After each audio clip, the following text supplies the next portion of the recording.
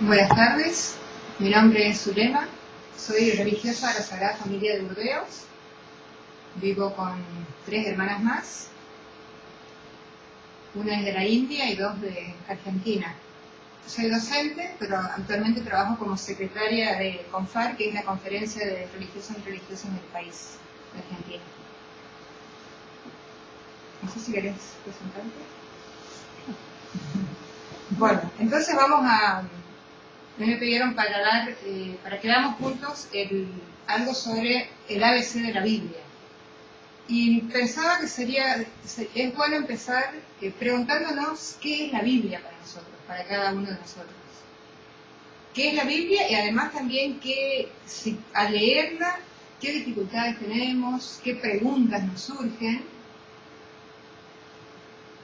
Y podemos, siempre cuando hacemos un encuentro bíblico, después en el transcurso del encuentro, ver si esa concepción que tenía se modificó, si sigo pensando lo mismo, si se modificó lo que pensaba sobre lo que es la Biblia. No sé si queréis compartir. Bueno, sí, por supuesto. A ver, la Biblia para mí es diaria, de todos los días, todas las mañanas. Para mí levantarme y compartir la palabra es primordial. Y bueno, y sí, soy amante de la Sagrada Escritura. Canta la Biblia, los salmos. Bueno, y en esto del libro, la Biblia, una de las preguntas que nos podemos hacer es: ¿cuál es el libro más importante que escribió Dios para nosotros? ¿A vos qué te parece? Los dos, el antiguo y el nuevo. Así todo forman y es importante. A ver, generalmente cuando hacemos esta pregunta, a los chicos en el colegio, en los encuentros, decimos: ¿cuál es el libro más importante? Y enseguida dicen la Biblia, profesora, la Biblia, señora. Digo, y en realidad el primer libro que Dios escribió es el libro de la vida. Muchos años antes de que surja la Biblia, Dios nos habló a la humanidad a través de la creación, de la vida, de lo que nos rodea. Y si la humanidad hubiera sabido escuchar, hubiera sabido percibir la presencia de Dios, quizás no hubiera hecho falta escribir la Biblia. Y eso lo dice ya San Agustín, que Dios tuvo que escribir otro libro porque la humanidad, por esta manía de creerse dueña de todo, de querer manipular todo, fue perdiendo esa capacidad contemplativa, esa capacidad de poder escuchar y aprender a vivir como seres humanos, como hermanos, como hijos, sin necesidad de otras ayudas. Percibir a Dios, porque Dios está presente en la vida cotidiana. Pero es como que perdimos esa capacidad de escuchar a Dios, de verlo y de escucharlo. ¿Sí? Por eso de descubrirlo. Por eso Dios preparó un segundo libro que es la Biblia, y lo preparó a través de un pueblo, de la historia de un pueblo. Pero ese segundo libro no reemplaza al primer libro, o sea, no reemplaza a la vida, sino que lo que hace es ayudarnos a poder vivir bien la vida. Porque siempre cuando vamos a leer la Biblia tenemos que partir de la realidad. No podemos simplemente leerla, empezar a tomar un texto y leerla sin tener en cuenta la realidad. Por eso me parecía como muy importante el comienzo, porque la Biblia también nos ayuda a como recuperar otra vez este ser contemplativo que tenemos y poder descubrir el verdadero sentido de la vida. Y poder vivir como Dios quiere que vivamos, felices, plenos, en relaciones de igualdad con todas las personas, y que todas las personas puedan vivir. El sueño de Dios es que toda esa vida abundante que prometió Jesús la podamos vivir todos, no solo algunos. Entonces vamos a hacer, por eso, leer la Biblia, estudiar la Biblia, pero sin tener en cuenta la realidad, o sin escuchar los clamores de la realidad, es exacto, de la vida. leer la Biblia pero sin escuchar los clamores y sin comprometernos con la vida, no somos fieles en realidad al proyecto de Dios, porque hay muchas cuestiones en muchas realidades que son muy dolorosas, que son muy tristes, y que Dios no las quiere. Entonces nosotros tenemos que comprometernos con esas realidades para hacerlas más humanas, para que cada vez más personas puedan vivir bien, como es el sueño de Dios. Entonces, cuando nosotros nos preguntamos cómo leer la Biblia, que es una pregunta que suelen hacer, la pregunta de cómo leer la Biblia hoy, ahí se puede responder de diferentes maneras, porque hay un montón de métodos, varias formas. Así como también personal, comunitaria, en grupo, sí, encuentro. Exacto. Y también hay, lamentablemente, hay prácticas que promueven lecturas de la Biblia que son alienantes, fundamentalistas, y que nada tienen que ver con el proyecto liberador de Dios. Siempre el Dios actúa liberándonos, haciéndonos más humanos, más. Nosotros tomamos como método para la lectura de la Biblia el método que usó Jesús con los discípulos de Maús. ¿Te suena ese texto? Sí. Lucas 24, si querés buscarlo en tu Biblia. Lucas 24, del 13 al 35.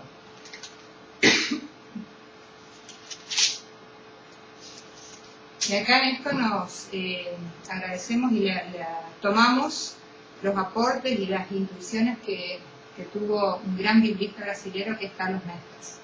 Él nos dio un montón de herramientas y nos ayudó mucho en esto de la lectura popular de la Biblia.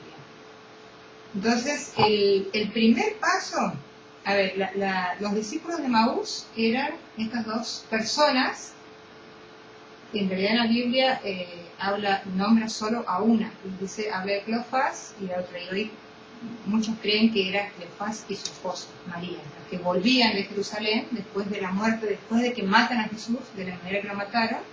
En realidad están huyendo de Jerusalén, vuelven a Emaús con toda la desilusión. Ellos eran discípulos de Jesús, habían puesto todas sus expectativas en Jesús, y a Jesús lo terminan matando. Entonces, vuelven. Si querés, te invito, vamos a leer solamente vamos a leer del 13 al 24, la primera parte.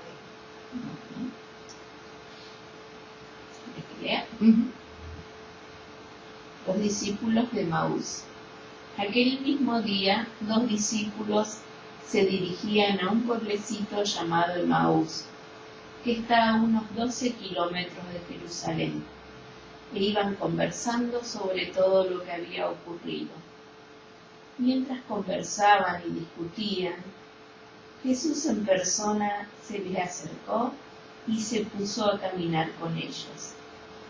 Pero algo impedía que sus ojos lo reconocieran.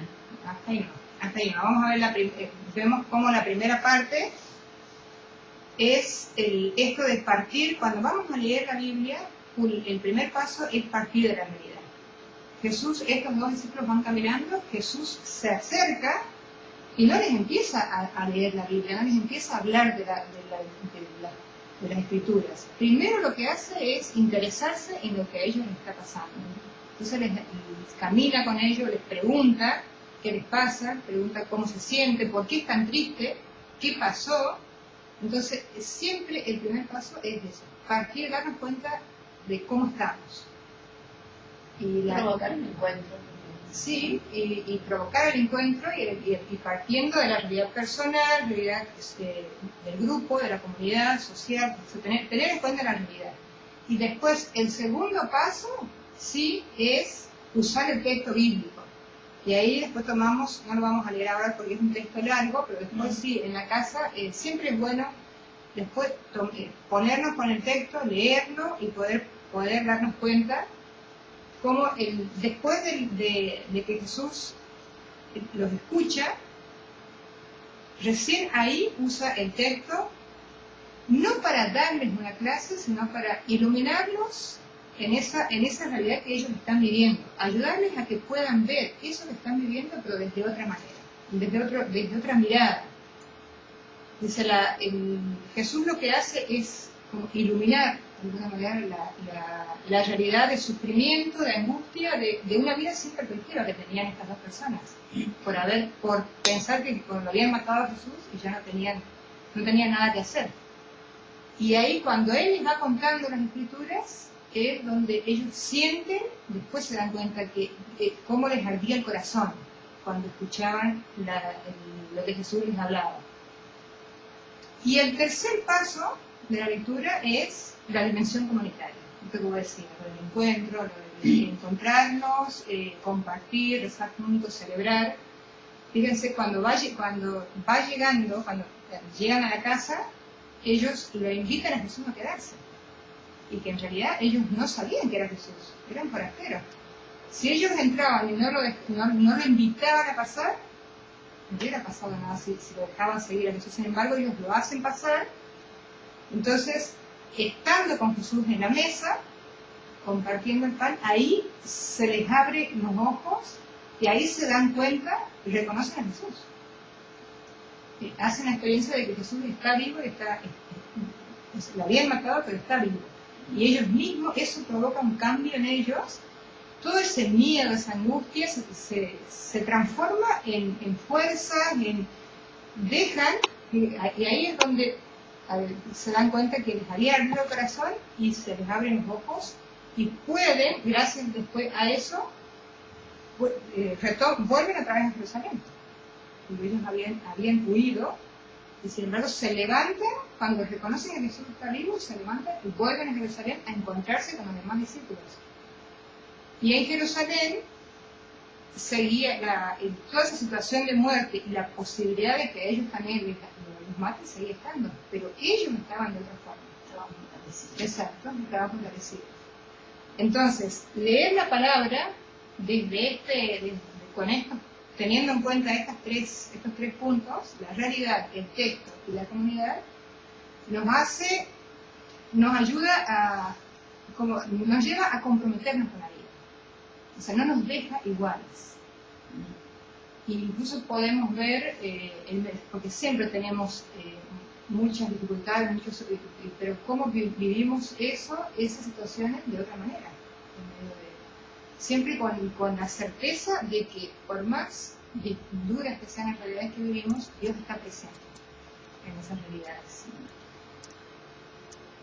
Bueno, esto es en torno a cómo leer la Biblia, que es muy importante tener en cuenta estos tres elementos.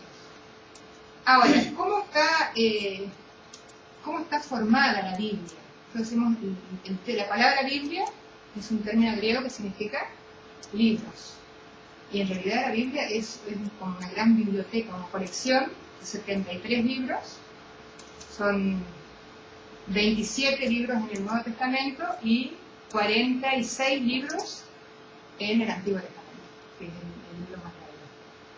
Y podemos ir viendo, vamos a ver como algunas diferencias en el Antiguo. ¿Recuerdan qué diferencia hay? ¿Alguna de las diferencias entre el Antiguo Testamento y el Nuevo Testamento? ¿Qué diferencias hay? Bueno, como que no.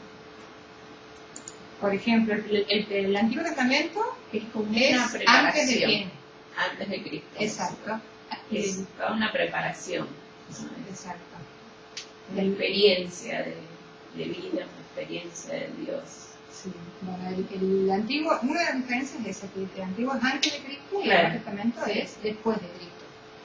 Otra diferencia proviene del tiempo en que llevó en escribirse cada uno.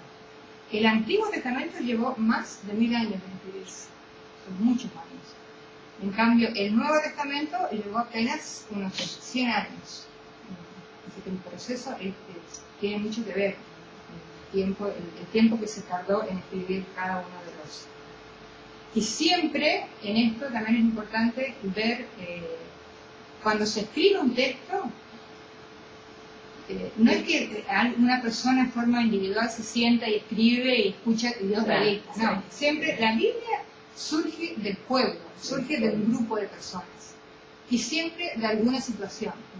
Por ejemplo, pasa algo, por eso decimos, primero está la vida, hay un hecho, un acontecimiento, después este grupo de personas o este pueblo se junta, hace memoria de eso que pasó. Podemos imaginarnos el hecho fundante o el texto fundante para el pueblo de Israel, que es la salida de la esclavitud de Egipto a la liberación. Eso para ellos es cuando ellos después se juntan, lo miran, lo reflexionan, ahí se dan cuenta que ellos pudieran salir porque Dios los ayudó. Entonces, por eso hace primero el hecho, después la memoria de ese hecho, y como eso pasa a ser algo muy importante, un texto muy importante, porque descubrieron que no fueron ellos solos, sino que Dios estuvo con ellos, eso pasa a ser un texto que lo van contando de generación en generación. Entonces, es un texto que se va transmitiendo, que se transmite mucho tiempo en forma oral, se lo va conservando. Nosotros hoy tenemos, solemos hacer eso en la familia, bueno, antes se hacía más, esto de ir contando las historias de los bisabuelos, abuelos, o sea, vamos contando lo que para nosotros es importante. Claro. El pueblo de la Biblia, con estas historias donde veía que había una intervención de Dios y eran textos que los marcaban y les ayudaban porque percibieron que eso que les pasó, que eso que vivieron, no lo vivieron solos, sino con Dios, que los acompañó, que Dios estaba presente en ese. Y después de mucho tiempo, recién se pone por escrito. Pasan muchos años desde que ocurre el hecho hasta que lo ponen por escrito. Después, cuando veamos en la historia de salvación, el pueblo de Israel, cuando se forman como pueblo, viven más o menos unos 200 años como tribus organizadas. Y después pasan a se organizan como todos los pueblos vecinos tienen reyes, ellos también piden un rey, entonces tienen un tiempo con reinados, hasta que después son llevados al exilio, y después otra vez continúan Bueno, pero otra de las diferencias que podemos, para volver a lo de las diferencias entre el Antiguo y el Nuevo Testamento, es que en el Antiguo Testamento la mayoría son libros, y en el Nuevo Testamento son cartas. Casi todas son cartas, solamente tenemos los evangelios, hechos, que no son cartas, pero después todas son cartas. A ver, ¿te acordás de alguna? Filipenses. Exacto, a los romanos, corintios. Después también, otra diferencia es los idiomas. Por ejemplo, el Antiguo Testamento fue escrito, los libros fueron escritos en hebreo, y después una traducción con algunas en arameo y después en griego. En cambio, los libros del Nuevo Testamento son todos escritos en griego. Hay algunas referencias en hebreo, pero muy pocas. Después también encontramos diferentes culturas, diferentes lugares donde se fueron escribiendo. El Antiguo Testamento se escribió, la mayor parte fue escrita en Israel. Y solo algunos libros fueron escritos en Babilonia cuando estaban en el exilio. Que fueron llevados al exilio, que el exilio fue para los salmos. Parte de los salmos, el de Isaías, una parte de Isaías, el del capítulo 40 al 55, porque el libro de Isaías en realidad son 3 libros. Y una de esas partes fue escrita en el tiempo del exilio. Y otra es el libro de Ezequiel. Ezequiel fue uno de los profetas que acompañó el exilio. Que son producciones muy, muy lindas de ese tiempo, que fue uno de los tiempos más difíciles, pero a la vez muy fuertes. Exacto, donde el pueblo hace en realidad una experiencia nueva de Dios. Por eso, en eso también el estudio de la Biblia, cuando vamos aprendiendo de la Biblia, no solo que conocemos más de la Biblia, sino que nos ayuda a nuestra propia historia. Exacto, a nuestra propia, sobre todo a la historia de salvación, hacer nosotros como descubrir que también mi historia es una historia de salvación. Nuestra historia es una historia de salvación. Y generalmente cuando vivimos momentos difíciles, duros, después cuando miramos, decimos, pero a la vez percibimos cómo Dios estuvo sosteniendo el paso de Dios por nuestra vida, ¿sí? Así que en eso es, cuando vayamos viendo, después vamos a ver, cuando hagamos una introducción al Antiguo Testamento, los pasos, como el caminar del pueblo de Dios en el Antiguo Testamento, lo que llamamos la historia de salvación en cada uno de los momentos. Después también nosotros podemos identificar en nuestra vida, esos momentos esos pasos que tuvimos, de menos vida a más vida, diferentes pasos, diferentes como liberaciones. Después los tiempos de desierto, los tiempos de exilio, también muchas veces nos exiliamos. Podemos ver cómo la Biblia nos ayuda a releer, a hacer una lectura de nuestra, pero desde la fe, desde nuestra propia historia, desde la fe. Bueno, hay otros, algo que también me parece que es como importante tener en cuenta cuando leemos la Biblia, es saber que la Biblia fue escrita con un sistema patriarcal. O sea, los textos bíblicos fueron escritos desde una mentalidad de hombres. Entonces está bueno hacer una lectura que ya es un camino que se viene haciendo de muchos años, y tener como criterios que nos orienten en la lectura, en la interpretación que hacemos de los textos bíblicos, porque también nosotros venimos desde muy chicos, venimos escuchando los textos y después los repetimos y a veces ni nos damos cuenta de lo que estamos leyendo. Entonces hacer una relectura de los textos. Y en eso tenemos como criterios que nos orienten en hacer una lectura desde el género. Y tenemos uno de los textos, por ejemplo, es del Génesis, donde se nos dice que fuimos creados a imagen y semejanza de Dios. Y acá en esto yo me acordaba que cuando solemos dar talleres bíblicos, preguntamos, así, para darnos cuenta cómo la cultura de alguna manera nos marca, preguntamos en relación a los textos los relatos de la creación, por ejemplo, ¿en cuántos días creó Dios? Fue hecha la creación, creó el cielo y la tierra. Después otra pregunta que hacemos es, ¿a quién creó primero, a las plantas o al hombre? Y la otra es, ¿a quién creó primero, al hombre o a la mujer? ¿Qué contestarías vos, por ejemplo? Género literario, dice el hombre, pero bueno, creó a la persona. Claro, pero acá en la Biblia tenemos dos relatos de la creación. Cuando hacemos esta pregunta, generalmente toman las dos primeras respuestas, las toman del primer relato. Dicen, por supuesto, que la creación fue en 7 días, claro. Y la otra respuesta que dicen, no, creó primero las plantas.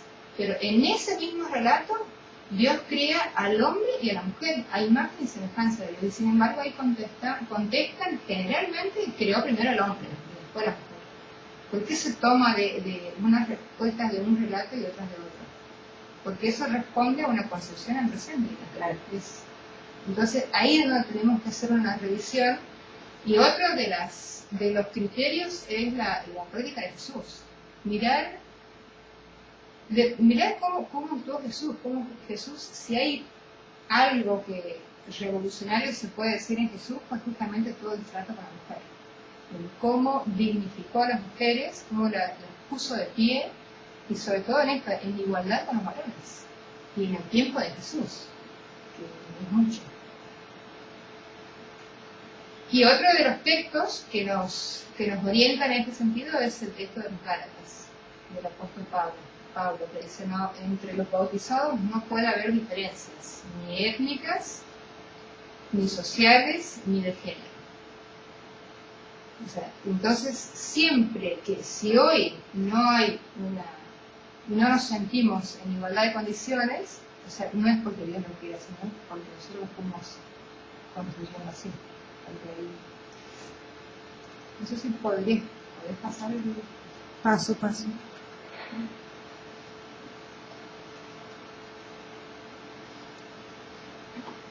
Ahí. Esto, sí, en la... Está bueno cuando vamos también estudiando la Biblia, vamos leyendo, en esto de más que aprender textos, más que conocer la Biblia, que también lo vamos haciendo, vamos también a la vez, y sobre todo con algunos textos y después en el Nuevo Testamento mirándole a Jesús, cómo él se relacionó, cómo se acercaba a la gente y la pasión que tenía por mostrar el rostro de Dios. Eso, aprender el modo de ser de Dios, cómo es Dios con nosotros. Y eso también nos lleva a hacer como una mirada de nuestra experiencia de Dios. ¿Cómo es no solo imagen, sino también mi experiencia de Dios? Porque esa experiencia va a ser la que después me va a llevar desde ahí va a ser toda mi vida. Todo lo que haga, y en la medida que mi experiencia de Dios sea como más plena, más honda, yo puedo ser mucho más al estilo de Jesús, las prácticas que nosotros hagamos. Porque en realidad Dios tendríamos que poder reflejarlo en nuestra manera de más que hablar de Dios, tendría que ser nuestra manera de actuar, de relacionarnos, de tratar a la gente. Bueno, no sé si podemos hacer un cuartecito después retomamos. Sí.